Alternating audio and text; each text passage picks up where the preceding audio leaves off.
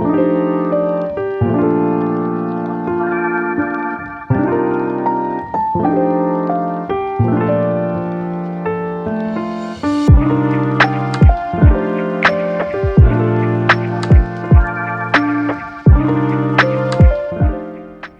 I first saw him, I knew in my gut that he was somebody that I wanted to be with and that it was going to be electric. I don't know if what I thought in the moment I was thinking this was love. I just knew that we had an automatic spiritual connection.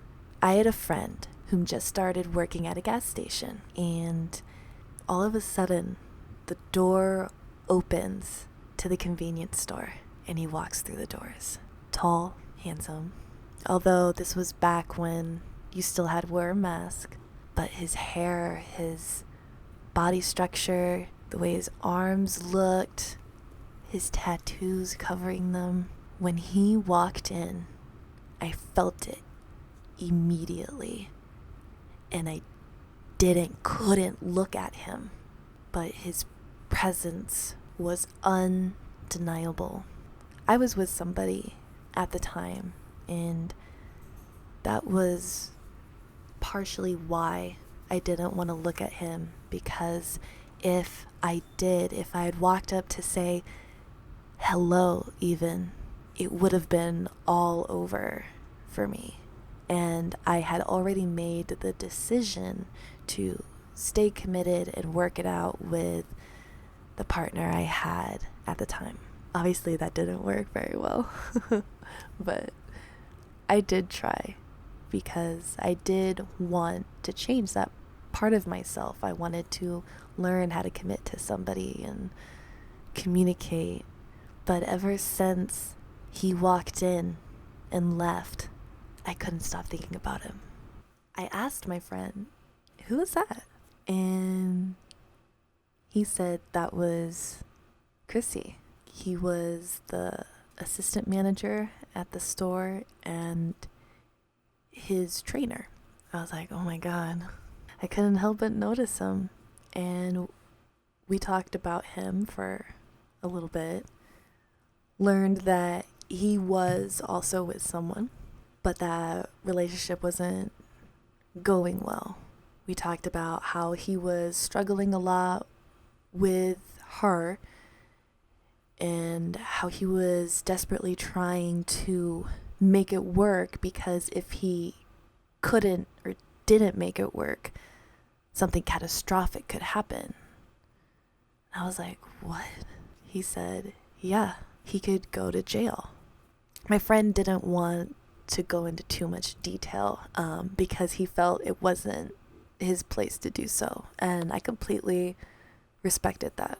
So after conversing with my friend for a little bit, I had to go. I was like, okay, I'm leaving. Good luck. And on my way out, he was still there. He was sitting in the driver's seat, staring back at me. And I wasn't expecting that from him. I wasn't expecting to even be noticed because he was kind of far away. I didn't even expect him to still be there. I didn't smile. I just looked. We just kind of looked. And it was this very interesting moment because I felt the electricity in our looks. And it was apparent to me that maybe he felt it too. But I didn't make anything of it. I didn't approach him. I got into my car and I left. Some days go by and he was starting to kind of leave my mind. I had made the decision to stay with Steven, and I didn't want to put myself in a situation that could jeopardize that.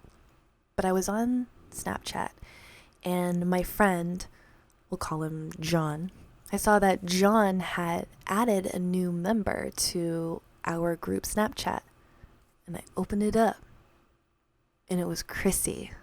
I was like, oh, wow, I'm actually going to get to talk to him.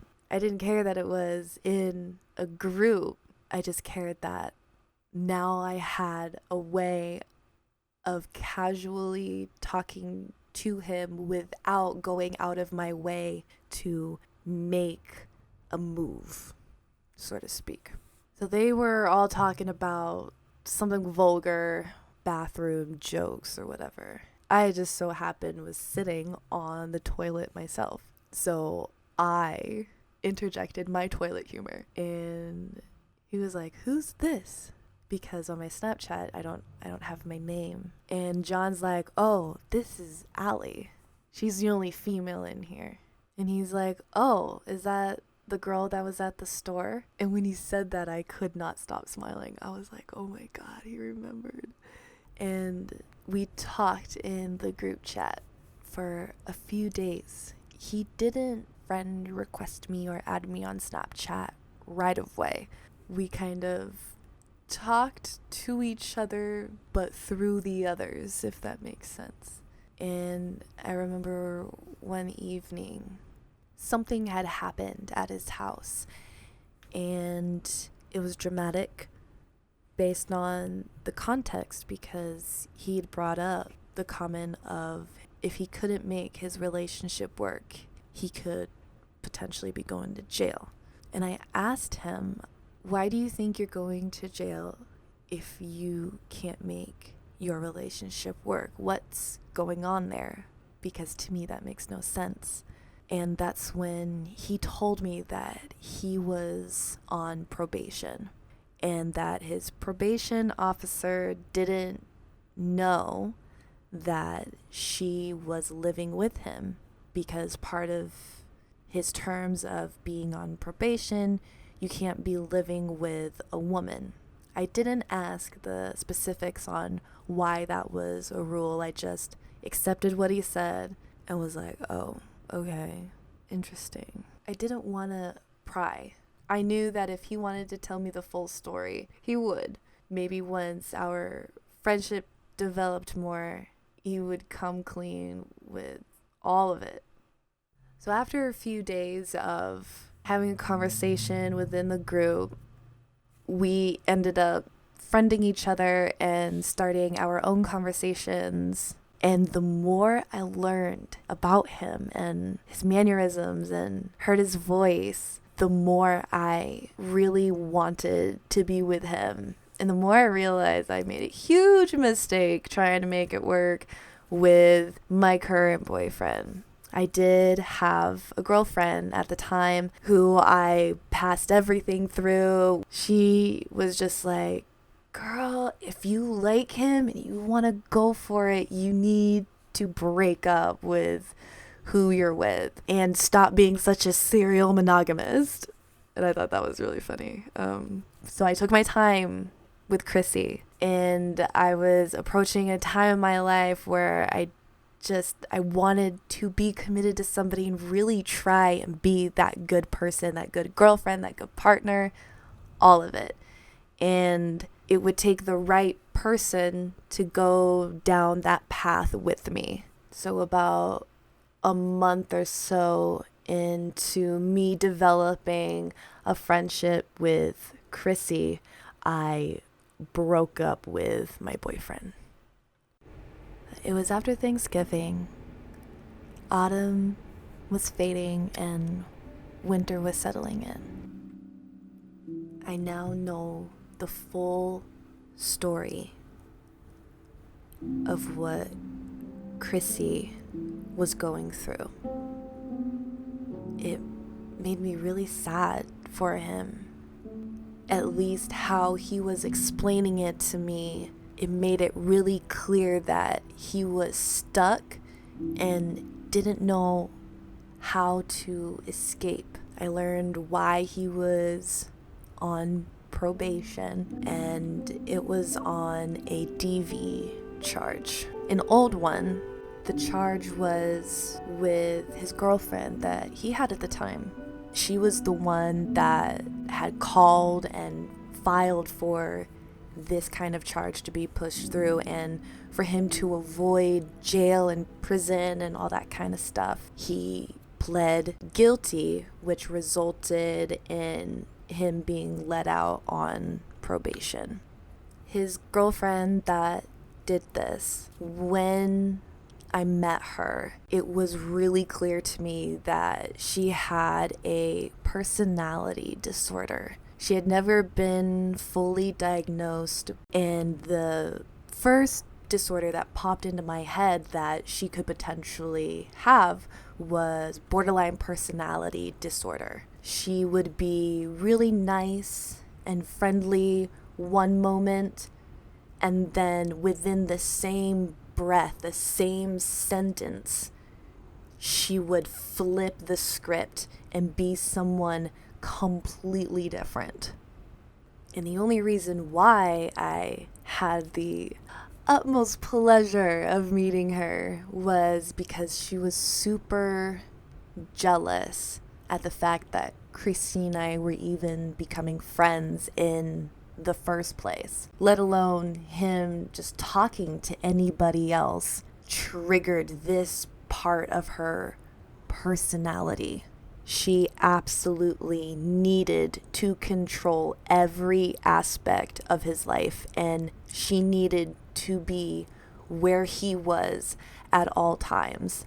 And that's where their conflict often manifested, was when he would refuse to tell her where he was going, who he was hanging out with, etc., etc.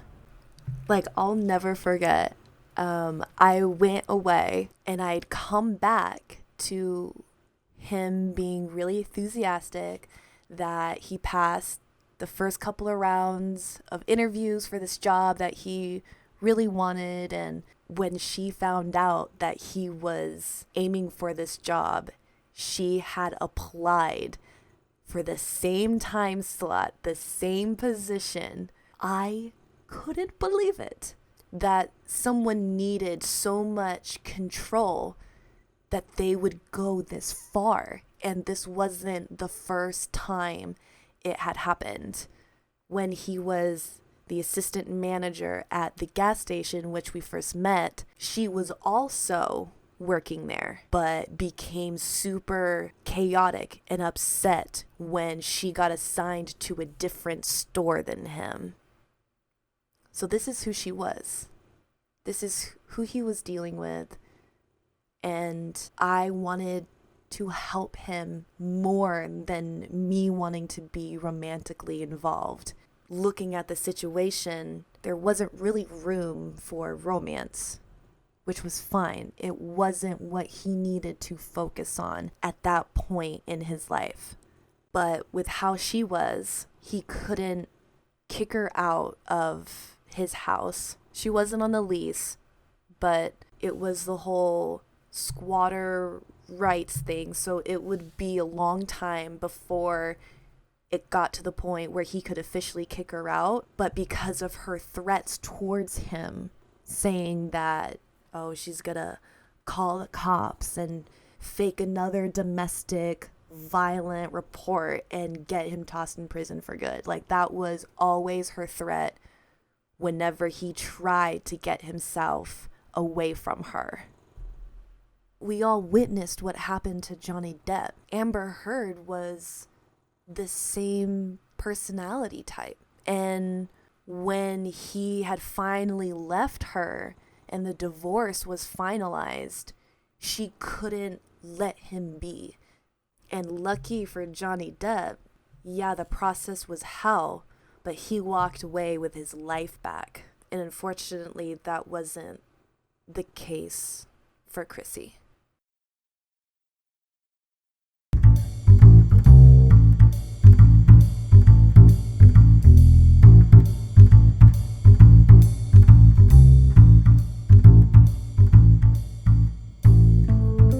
He ended up spending a lot of time at my house. And the more we learned about each other, the more we realized that we were very similar people.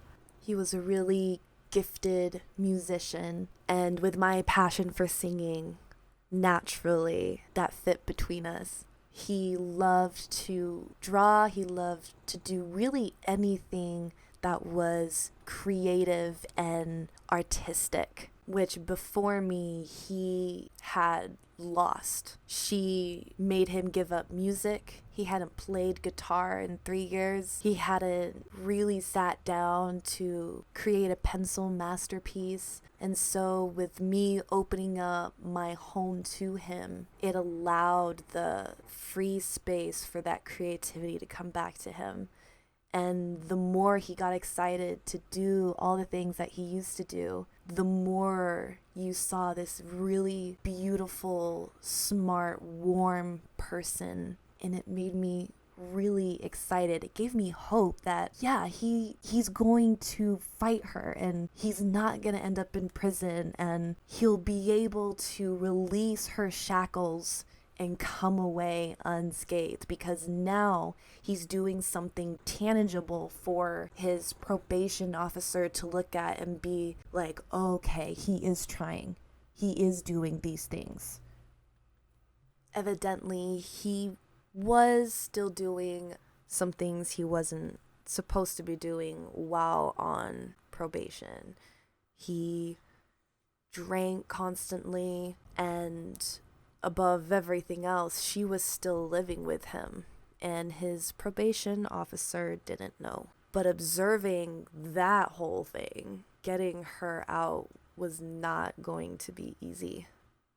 The more we hung out, the more I saw him change for the better, and eventually his drinking did become less, and the last hurdle we needed to get through for him to successfully pass his DV program was for her to get out of the apartment. And the more he pushed for that to happen, the worse things got. She found out where I lived, and she had somehow managed to get my phone number. These were the two things that Chrissy had always refused her, for good reason. But the worse things got, the more tenacious she became, and she succeeded. She would show up at my house randomly, asking if he was there. She would text me the most backward things I've ever seen, and she even egged my house once. I remember waking up on that morning, walking out to get my mail, and on the walk back, just seeing all these eggshells and the egg on my windows. I'm like, how did I sleep through that, for one? But for two, it wasn't something I was ever expecting in my entire life to happen to me. It seemed really childish to egg someone's house. What are we, in 8th grade?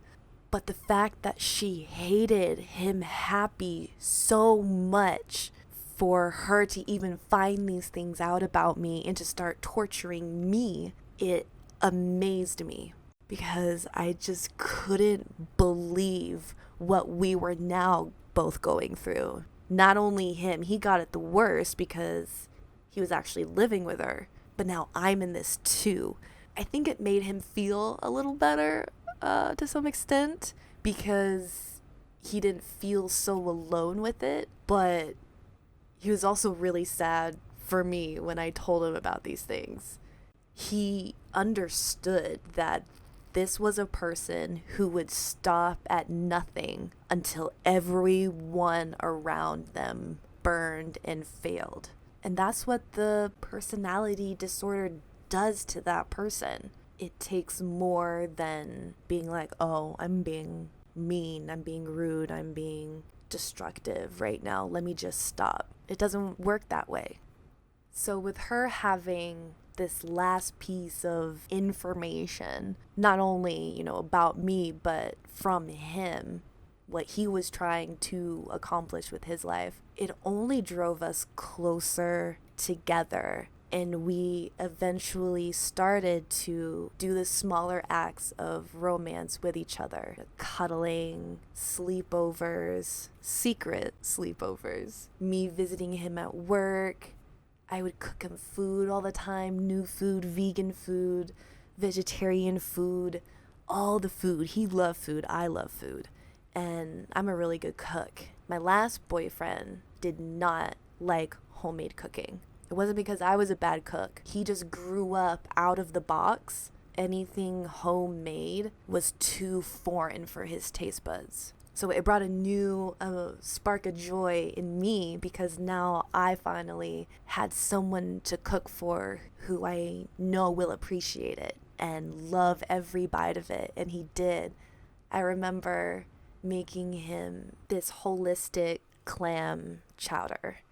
I used butter substitute. I used non-dairy milk with, of course, real whole clams that I had simmered in white wine beforehand, and then just dumped the whole mix into it, the wine, the everything. And it turned out so good. And he was one to not really like clams, oysters, that kind of thing. He kind of stayed away from, because to him it was too slimy, it was gross, he didn't like it.